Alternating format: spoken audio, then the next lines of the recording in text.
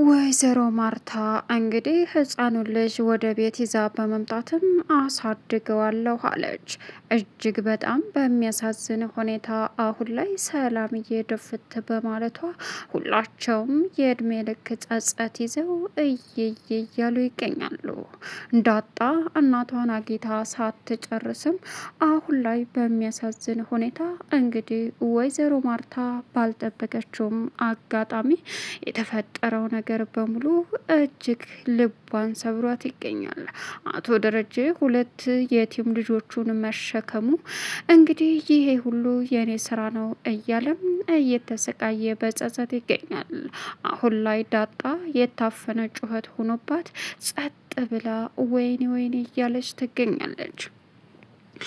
ሰላምዬ ብቻዋን እንግዲህ ባልታሰበና ባልጠበቀችው ነገር ልጆቿን ትታ እርግፍ በማለቷ ለእሷ እንግዲህ እጅግ በጣም በሚያሳዝን ሁኔታ ህይወቷ ተሰውቷል። ሌላኛውና ከባዱ ወይዘሮ ማርታ አሁን ላይ የተፈጠረው ነገር ባይገባኝም ግን ደግሞ የተወለደው ልጅ መጣል የለበትም ያለ እናት ቢያድግም አላጎልበትም ለልጆቼ ወንድም ይሆናል በማለትም ወይዘሮ ማርታ ህፃኑን ልጅ ወደ ቤት ይዛ በመምጣትም ዳጣ ግን ጸጥ ብላ እየየ ማለቷን ቀጠለች። ሰላም ውድና የተከበራችሁ የዙዙነት ሚዲያ ቤተሰቦች እንዴት ናችሁልኝ? ሰላማችሁ ይብዛልኝ። ለዚህ ቻናል አዲስ የሆናችሁ ሰብስክራይብ እያደረጋችሁ ቪዲዮውን እስከ መጨረሻው ተከታተሉ። በጉጉት ስንጠብቀው የነበረው ዳጣ ቀጣይ ፓርት ይዘን መጥተናል። እንግዲህ እጅግ በጣም በሚያሳዝን ሁኔታ ሰላምዬ ህይወቷ በማለፉ እጅግ ልባቸው የተሰበረው አሁን ላይ አቶ ደረጀ የታፈነ ጩኸት ሆኖበት ወየው ብሎ ማልቀስ አልቅሶም ሊወጣለት ስላልቻለ የሚሆነው ግራ ተጋብቶ አሁን ላይ እሪ ይላል። ሌላኛውና ከባዱ አስደንጋጩ ነገር አቶ ደረጀ በእኔ ምክንያት ነው እያለ እንግዲህ በሰላምዬ ጉዳይ እሪ ቢልም የሚያመጣው ነገር እንደሌለ አምኖ ተቀብሏል። ሌላኛውና ከባዱ አቶ ደረጀ የተፈጠረውን ነገር እንዴት ማስተካከል እንዳለበት ዳጣስ ምን ትለኛለች? እናቷን እኮ አሳጣዋት የማረባ ሰው ነኝ እያለ አቶ ደረጀ ቢጸጸትም አሁን ላይ ምንም አማራጭ ስለሌለው በሚገርም ሁኔታና በሚያሳዝን ሁኔታ ከዝምታ ውጭ ምንም ሊያደርግ አልቻለም። ወይዘሮ ማርታ እንግዲህ ህፃኑን ልጅ ወደ ቤት ይዛ ስትመጣ ደሬ ይህ ህፃን ልጅ እኛ እያለን ምንም መሆን የለበትም። ስለዚህ በቃ ደሬ ይህንን ልጅ እንደ ልጄ እንደ ልጆቻ አድርጌ ልይዘው እርሜ ልኬን አብሬ ላሳድገው። በቃ ምንም የሚያውቀው ነገር የለም።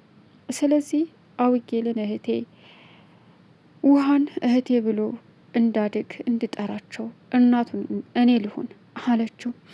አረ ታዲያ ምን ችግር አለው? ሰላምም አብራን የኖረች ናት እንኳን ልጇ። ስለዚህ ችግር የለውም ብሎ ተስማማ። ሌላኛውና አስደንጋጩ እንግዲህ ዳጣ አሁን ላይ ስቅስቅ ብላ እያለቀሰች ትገኛለች። ግን አማራጭ የላትም።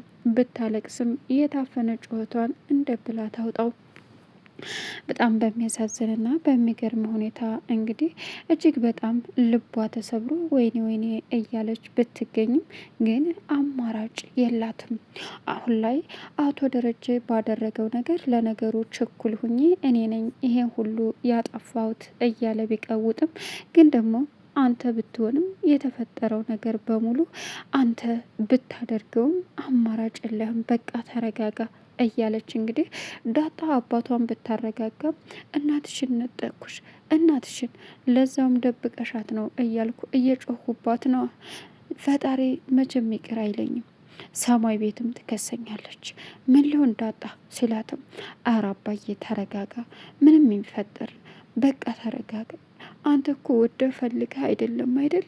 ስለዚህ እባክህን አባዬ እያለችም መቀወጥ ጀመረች ዳጣ። እኔ ለራሴ ደክሞኝ አታድከመኝ አባዬ፣ በቃ የተፈጠረው ነገር በሙሉ ተፈጥሯል፣ እባክህን እያለች መለመን ጀመረች። አብጌል አሁን ጠርጥራለች። ልጁ በተለይ አቶ ደረጀን ስለሚመስል የመጨረሻ ጥርጣሬዋ ይፋ ሆኖባታል።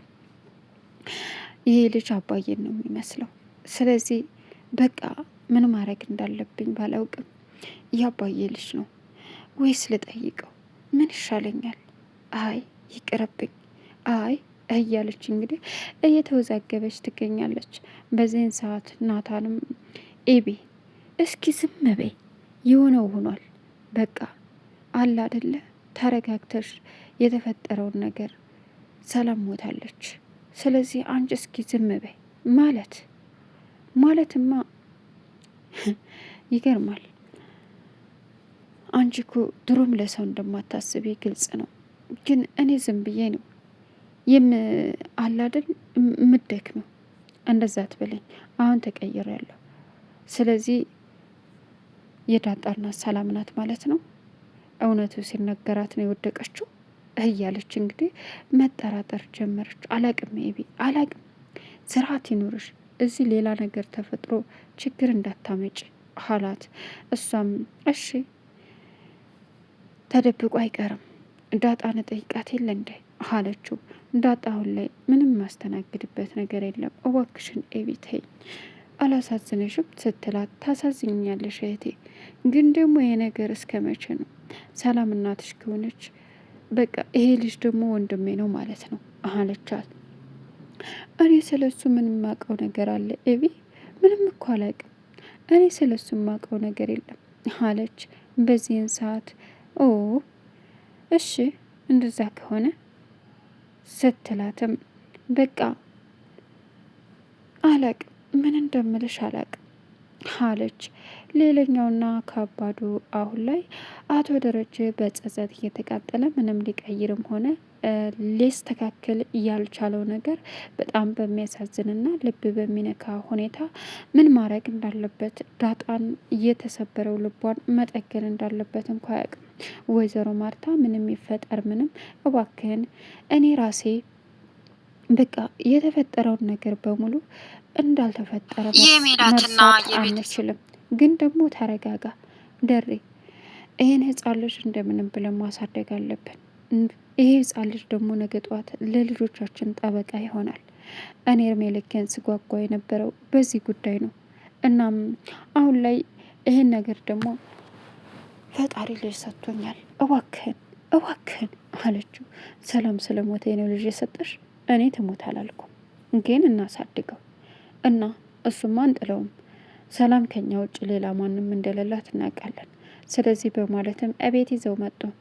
ዳጣ ግን ልታወራም ልስቅም ምንም ልትል አልቻለችም። ልቧ ተሰብሮ ብቻ እየየ እያለች ትገኛለች። አሁን ላይ የማውራትም የመሳቅም ምንም የማለት ምግብ የመብላት ራሱ ፍላጎት የላትም። እጅግ በጣም ልቧ ተሰብሮ ወይኔ ብትልም ሰላምዬ እንግዲህ የደነገጠችው ድንጋጤና ልጄ መጣች ብላ በሩን ለመክፈት ወደ በሩ ስትሄድ ማንም እንደሌለ ስታረጋግጥ እራሷን ሳታስበው ድፍት ብላ እንግዲህ እጅግ በጣም በሚገርም ሁኔታ እዛው ቀረታለች። አቶ ደረጀ ምን ማድረግ እንዳለበት እንኳ ግራ ሲጋባ ዳጣ ብቻዋን ልጁን ህፃኑን ይዛ ወይኔ ጉዴ ሰላምዬ እያለች ህፃኑ ልጅ ከአልጋው ሊወድቅ እየታገለ ባለበት ሰዓት አገኘችው። እንዴ እያለችም ህፃኑን ልጅ አንጠልጥላ ግን ደግሞ ሰላምን ለማንሳት በጣም ተቸገረች። በሩጫ የምታረገው ነገር አታ እየየ ማለቷን ቀጥላ አሁን ላይ አቶ ደረጀን ደውላ ስጠራም አባዬ ቶሎ ድረስልኝ የሆነ ነገር ተፈጥሯል አለችው።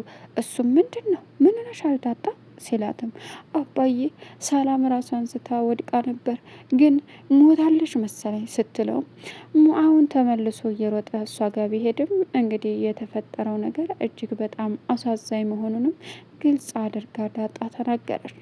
አሁን ላይ ህፃኑስ ልጅ በማለትም አቶ ደረጀ ሩጫውን ቢይዝም ዳጣ የመጨረሻ እንግዲህ እያዘነችና እየየ እያለች ባዶ ቤት ህፃኑን ላይ ታቅፋ ሲያገኛትም ወይኔ ጉዴ፣ ወይኔ መከራዬ፣ ምን አይነት መረባ ሰው ነኝ፣ ምን አይነት መረባ ሰው ነኝ እያለ እንግዲህ አቶ ደረጀ ቢያለቅስም ሊመልሳት አልቻለም። ሰላምዬ